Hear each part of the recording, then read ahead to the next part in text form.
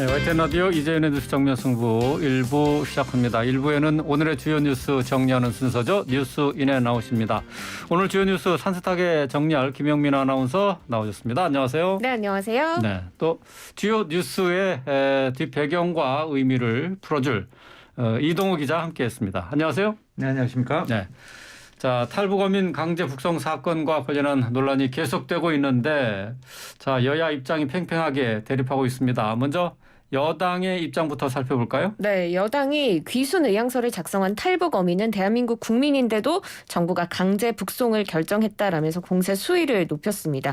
오늘 권성동 국민의힘 당대표 직무대행 겸 원내대표가 정치 권력을 위해서 인간의 생명을 이용한 이 사건의 실체를 밝히겠다라면서 국정조사, 특검 같은 구체적인 대책도 검토하겠다라는 입장을 밝혔는데요.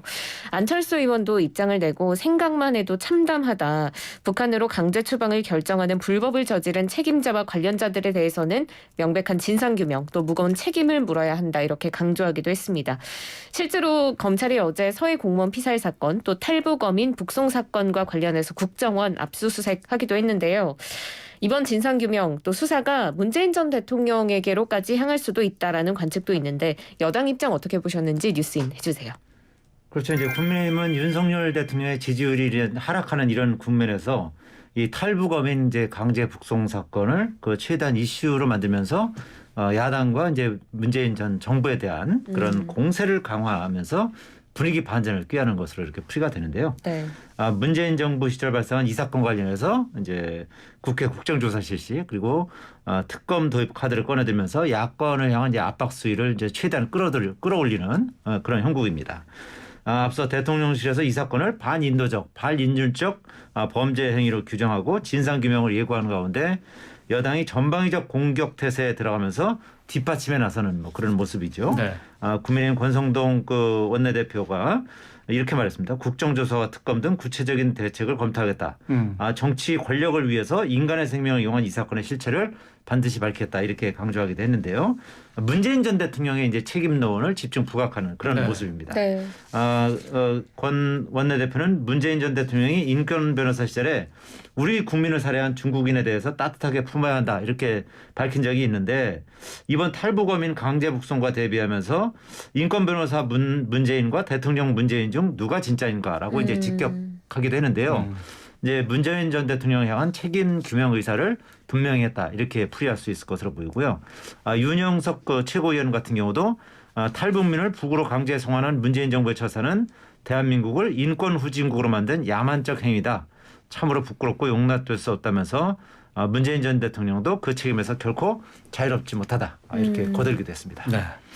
자, 여기에 대해서 민주당은 정략적 공세다라는 입장을 밝혔습니다. 오늘 우상호 비대위원장이 YTN 라디오에 출연해서 이렇게 얘기를 했죠. 네, 그렇습니다. 오늘 YTN 라디오 뉴스킹 박지훈입니다에 출연해서 그때는 가만히 있다가 이제 와서 문제를 제기하는 것은 정략적이라고 볼 수밖에 없다 이렇게 반박했습니다. 이 사건은 명백히 북측이 16명의 어민을 살해하고 넘어온 흉악범이고 애초에 북송된 어민이 대한민국으로 귀순이 아니라 자강도나 다른 쪽으로 도망가려고 한 것이다. 순수한 의미의 귀순이라고 보기 어려워서 범죄자 인도 차원에서 북송한 건데 자꾸 문제 삼고 있다. 이렇게 말했는데요. 또 그러면서 대통령실까지 전면에 나선 걸 보면 지금 상황이 어렵기는 어려운 모양이다. 국민의 관심을 다른 쪽으로 끌려는 것 같다라면서 그때는 가만히 계시다가 이제 와서 문제를 제기하는 걸 보면 정략적으로 볼 수밖에 없지 않냐 이렇게 지적을 했습니다. 그때 당시에 문제를 제기하지 않았는데 왜 지금 문제를 제기하느냐라는 건데요. 이 우상호 비대위원장의 입장은 어떻게 보셨습니까? 글쎄요. 우상호 비대위원장의 이런 주장이 나름 일리가 있는 측면도 분명히 있는 것으로 보입니다. 네. 왜냐하면은 그 실제로 이제 북한 어민 북송 사건 당시에 그 당시에 김무성 의원이나 이해훈 의원 등은 흉악범을 북송한 것은 잘한 처사다 이렇게 밝히기도 했거든요. 네. 그리고 현재 그 국민의힘 사무총장을 맡고 있는 한기호 의원도 이제 비슷한 입장을 밝히기도 했는데 지금 와서 이제 이 사건을 갖다 이제 문제 삼는 거는 상당히 정략적이다 이렇게 이제 판단하고 있는 것이죠. 이제 아무래도 이제 여당이 탈북어민 이제 북송 사건을 두고 뭐 안보농단이다 뭐 이런 표현을 써가면서 문재인 정부에 대한 공세 수위를 높이는 상황에서 이제 민주당 입장에서는 이제 반발을 세게 하는 뭐 그런 분위기인 것이죠. 민주당은 여권의 공세를 이제 보수 정권 특유의 색깔론으로 규정하면서 연일 제기되는 공세를 이제 조목조목 반박하고 있는데요. 민주당은 무엇보다 동료 16명을 살해한 뒤 붙잡혀 귀순 의사를 밝혔다가 북한으로 추방된 어민을 우리 정부가 보호할 필요가 없었다는 점을 집중적으로 부각을 하고 있습니다. 문재인 정부 청와대 국정상황실장 출신인 윤건영 의원 같은 경우는 이 사건의 정황을 소상하게 밝히면서 북송 어민이 흉악범이다 이런 점을 집중적으로 내세웠습니다. 네. 윤 의원에 따르면 어민 3명이 같은 배에 탔던 16명을 살해한 뒤 도망을 위해 자강도로 들어갔다가 그중 1명이 북한 당국에 체포됐고 나머지 2명은 배를 몰고 공해상으로 나와서 우리 해군을 보고 도주하다가 붙잡혔다 이렇게 설명을 했고요. 네. 윤 의원은 그 2명의 선언에 대해서 우리나라로 귀순하려던 선량한 어민이 아니라 16명을 죽인 엽기적 살인 용의자들이다 이렇게 강조하면서 해군에 체포된 뒤 귀순 의향서를 제출했는데 당시 정부는 귀순 진정성을 믿을 수 없었던 것이다 이렇게 강조하게 됐습니다. 예. 하지만 그 당시 이제 최근 그 밝혀진 사진들을 사진이요. 보면 예.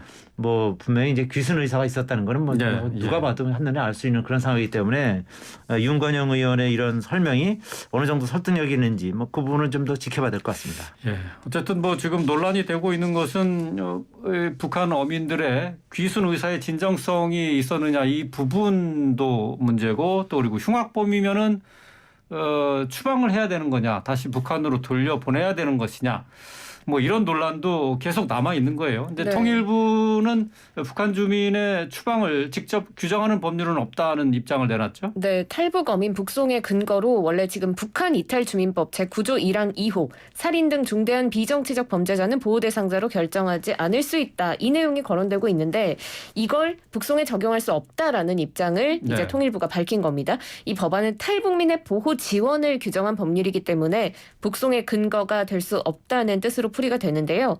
통일부는 귀순 의사를 표명한 북한 주민은 출입국 관리법 적용 대상이 아니라며 탈북 어민들은 법적으로 우리 국민으로 간주되는 만큼 외국인에게 적용되는 출입국 관리법을 준용할 수 없다라는 입장을 밝혔고요. 법무부도 최근에 국민의힘 유상범 의원실에 보낸 답변서에서 출입국 관리법의 강제 퇴거 대상자는 외국인이므로 헌법상 대한민국 국적 보유자인 북한 주민은 퇴거 대상이 아니다. 이렇게 입장을 냈습니다. 그렇지만 또 민주당은 16명을 죽인 살인자들이 증거 불충분으로 무죄가 나면 국내에 체류하는 게 좀 위험할 수 있다 이렇게 반박하고 있는데 북송의 근거가 좀 모호해졌는데 어떻게 봐야 될까요? 글쎄요, 북송의 근거가 모호한 건 아니죠. 오늘 그 통일부의 어떤 설명을 보면 이 북한 이탈 주민법은 북송의 근거로 적용할 수 없다. 이런 네. 입장을 밝혔잖아요. 네. 그러니까 여러 가지 쭉 설명을 들어보면 상당히 설득력이 있어 보입니다. 또 북한 주민의 추방을 직접적으로 규정하는 법률은 없다. 이렇게 이제 통일부가 설명을 했거든요.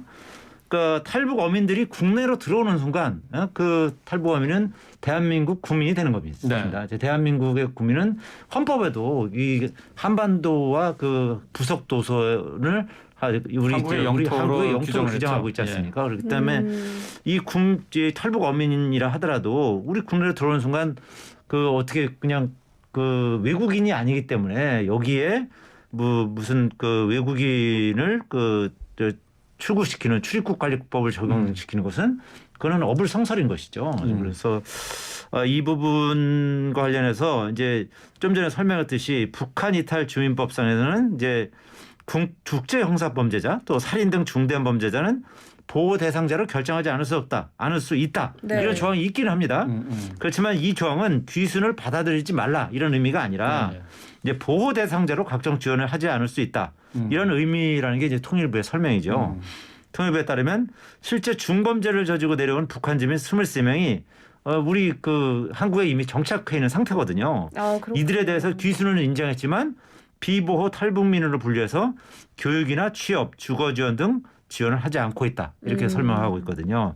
흉악범이라는 이유로 북송된 2명과 형평성에 맞지 않다. 이런 지적이 나올 수 있는 대목일 수밖에 없습니다. 참고로 이제 북한 이탈 주민 보호법 같은 경우는 이제 귀수는 인정하지만은 이 흉악범 같은 거는 이제 사회적으로 문제를 일으킬 만한 소지가 있는 그런 전력자들에 대해서는 교육과 취업, 주거 지원 대상에서 제외한다는 그런 내용이잖아요. 네. 뭐 그런 면에서는 좀 살펴봐야 될 것 같습니다.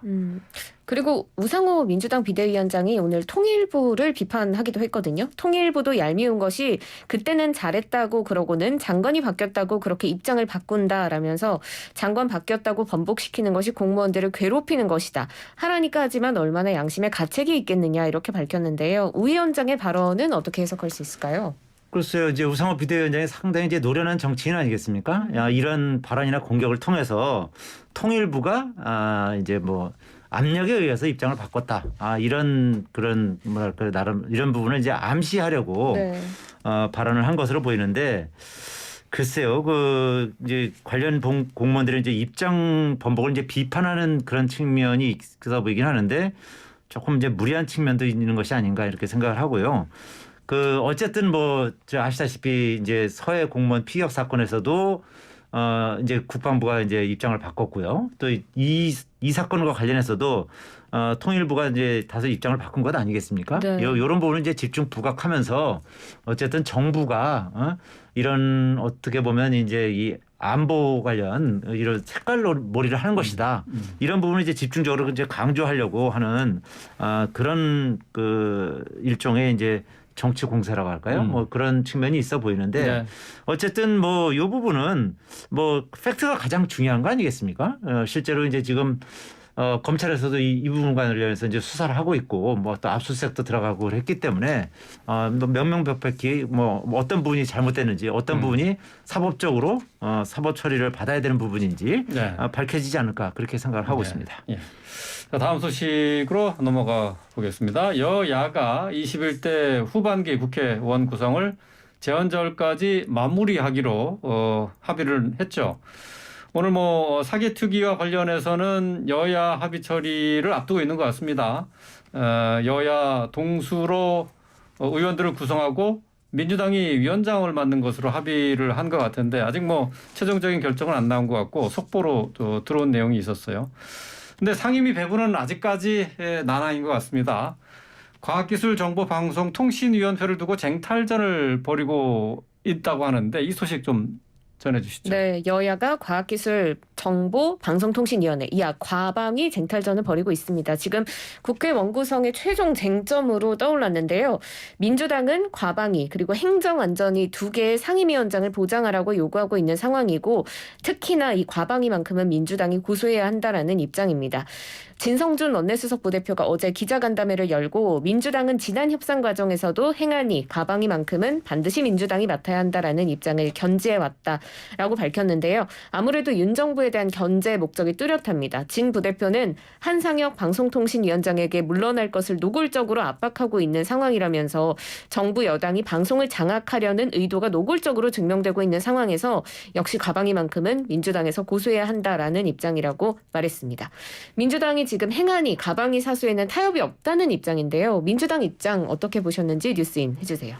글쎄요, 뭐 여야가 지금 이제 과방위를 놓고서 지금 치열하게 이제 격돌하고 있는데 그만큼 이제 과방위가 중요하다 이렇게 이제 여야가 다 판단하고 있는 것으로 이제 봐야겠죠. 네. 아시다시피 이제 과방위는 이제 공영방송의 지배구조 개편 등 방송 정책을 총괄하는 상임위입니다. 그러니까 아시다시피 이제 정권을 운영하고 또 여러 가지로 이제 방송의 그 위력이 크기 때문에 네.